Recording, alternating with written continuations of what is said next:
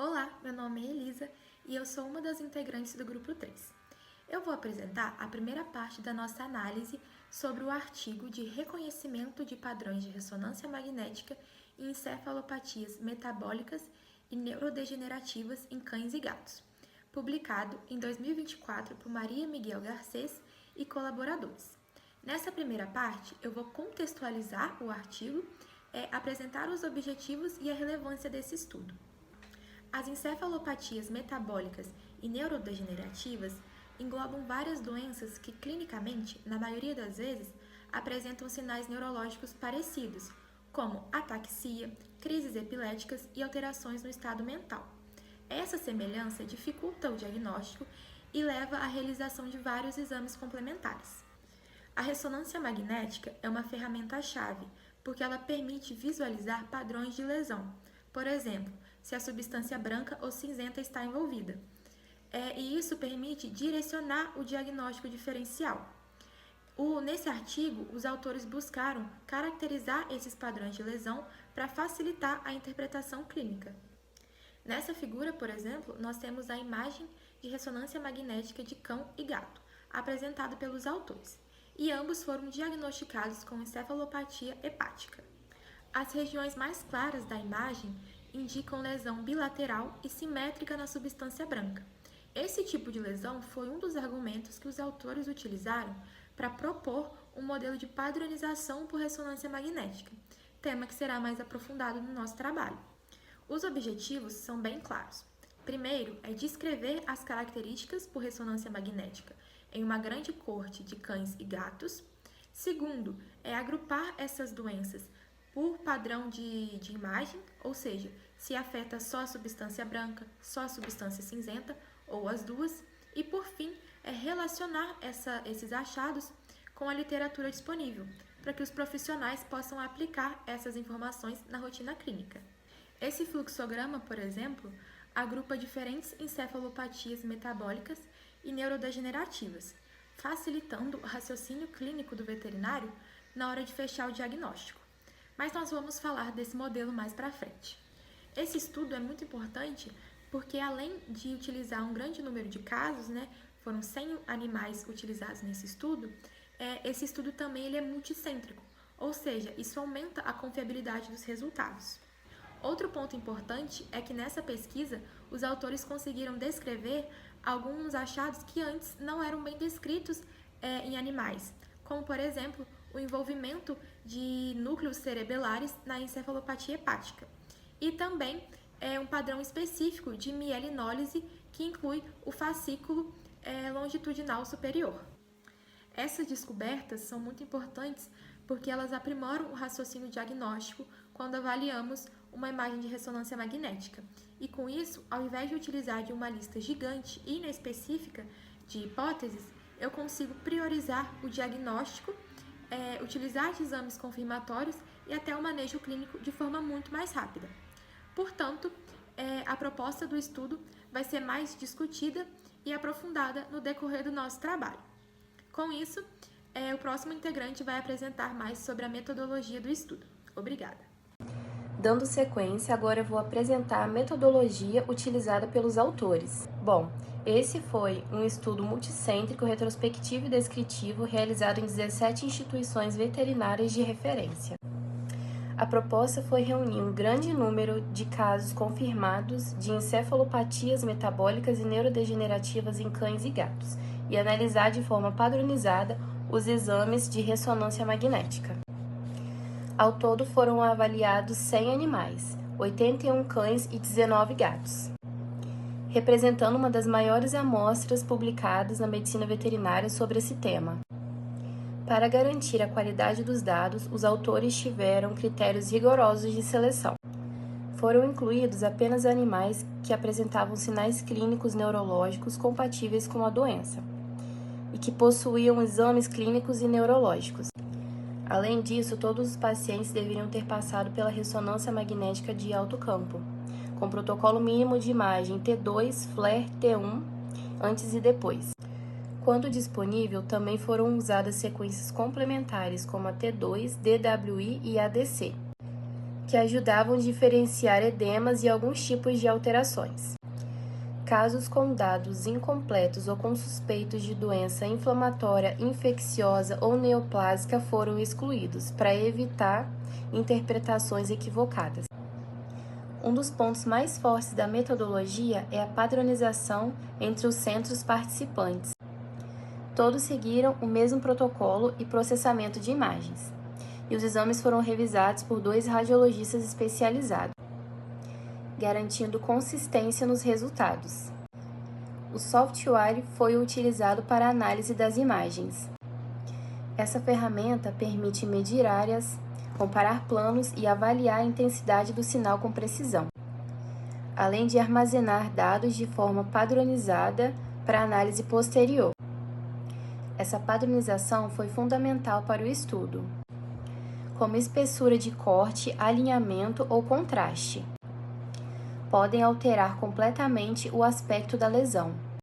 As imagens foram revisadas por radiologistas certificados e um radiologista residente da medicina veterinária, utilizando o software Osiris, que é um programa especializado em leituras e imagens de com.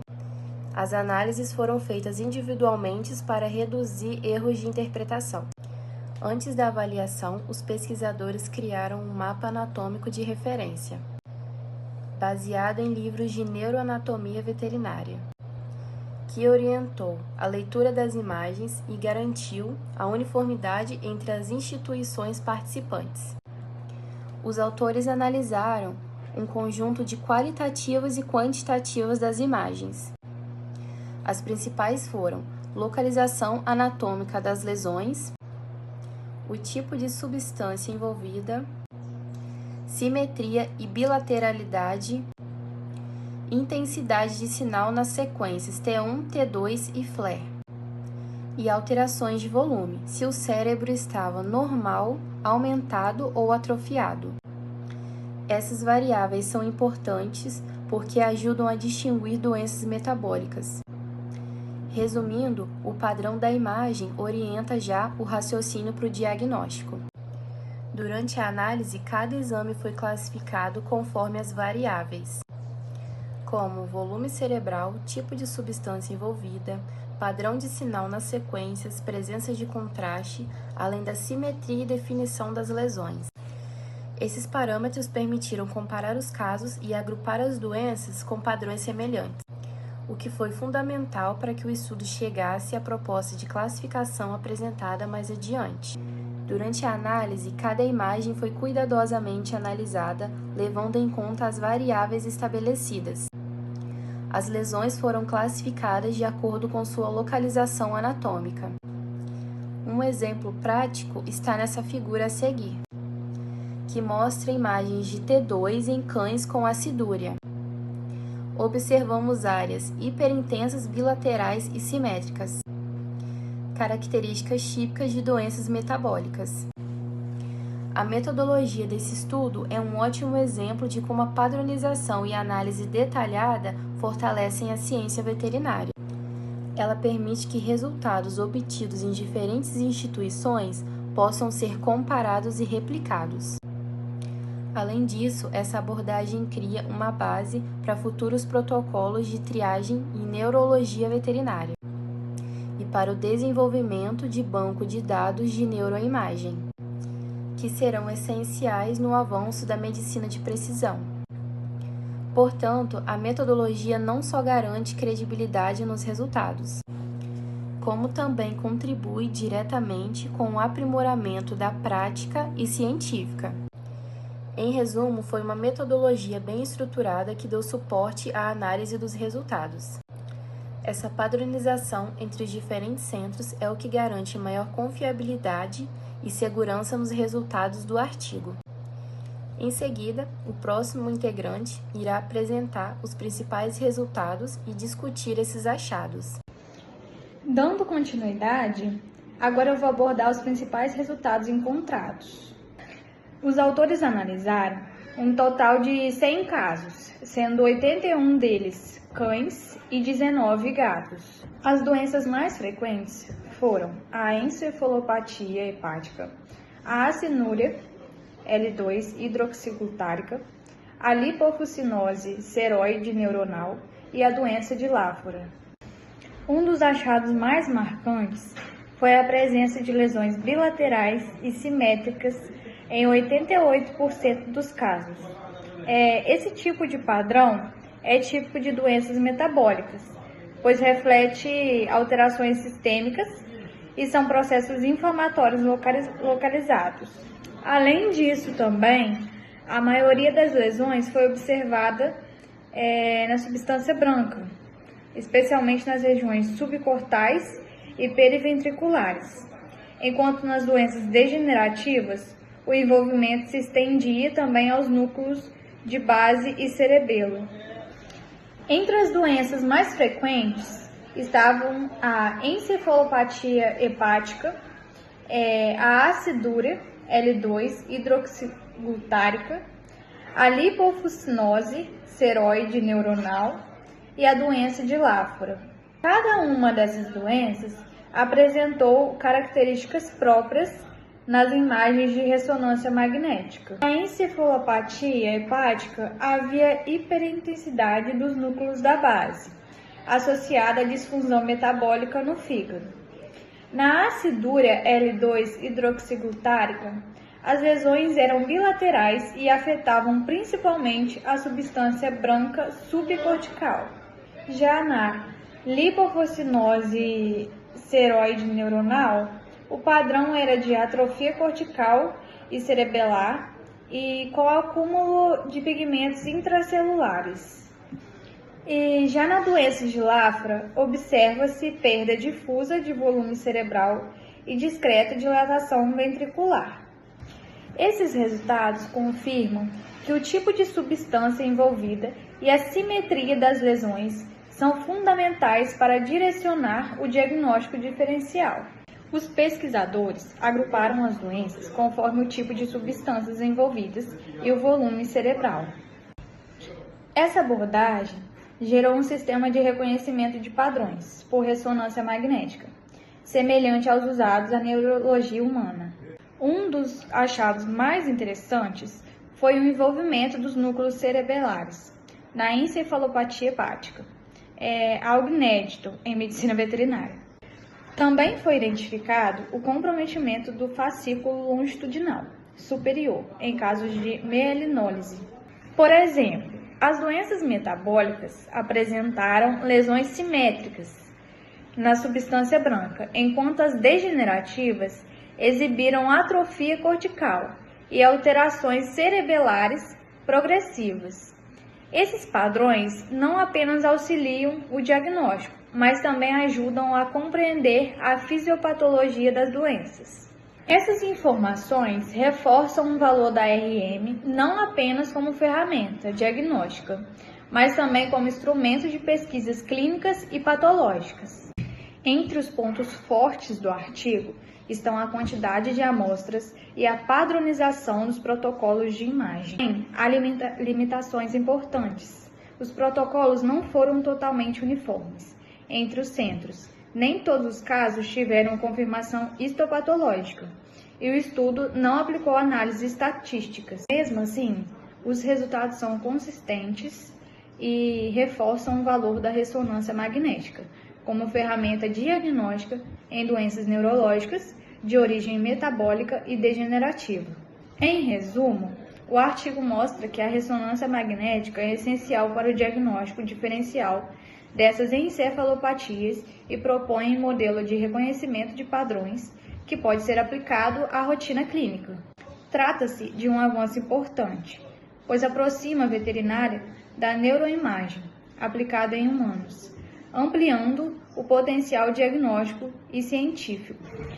Os resultados desses estudos vão além da simples descrição de imagens. Eles fornecem base técnica e científica para desenvolver protocolos de diagnóstico por imagem mais padronizados e precisos. Na prática, isso significa que o clínico pode usar os padrões identificados para priorizar hipóteses diagnósticas e direcionar exames complementares, economizando tempo e custos. Além disso, o artigo reforça a importância da ressonância magnética como ferramenta de pesquisa capaz de revelar alterações invisíveis a olho nu, contribuindo para o avanço da neurologia veterinária de precisão. Assim, o estudo não apenas amplia o conhecimento sobre as encefalopatias, mas também fortalece o vínculo entre ciência, diagnóstico e prática clínica. Com base nessa análise que eu falei, o próximo integrante do grupo vai apresentar as considerações finais do nosso trabalho. Encerrando a nossa apresentação, eu vou abordar as considerações finais e a relevância para o estudo na medicina veterinária. O artigo ele demonstra que a ressonância magnética é uma ferramenta essencial no diagnóstico diferencial das encefalopatias metabólicas e neurodegenerativas em cães e gatos. A partir da análise de 100 casos, os autores eles conseguiram apresentar um modelo de reconhecimento de padrão que pode auxiliar o clínico na interpretação de imagem. Esses padrões, eles geralmente são bilaterais e simétricos. São características-chave para diferenciar doenças metabólicas das degenerativas. O estudo ele representa um avanço importante. Ele amplia o uso da ressonância magnética como ferramenta de triagem e neurologia veterinária e fornece contribuição prática para melhorar os protocolos de diagnóstico. E para encerrar, em resumo, este estudo ele contribui significativamente para o aperfeiçoamento do diagnóstico por imagem e para a integração entre clínica, patologia e genética. Reforça que a ressonância magnética ela é indispensável para compreender as doenças neurológicas complexas em pequenos animais. Agradecemos a atenção.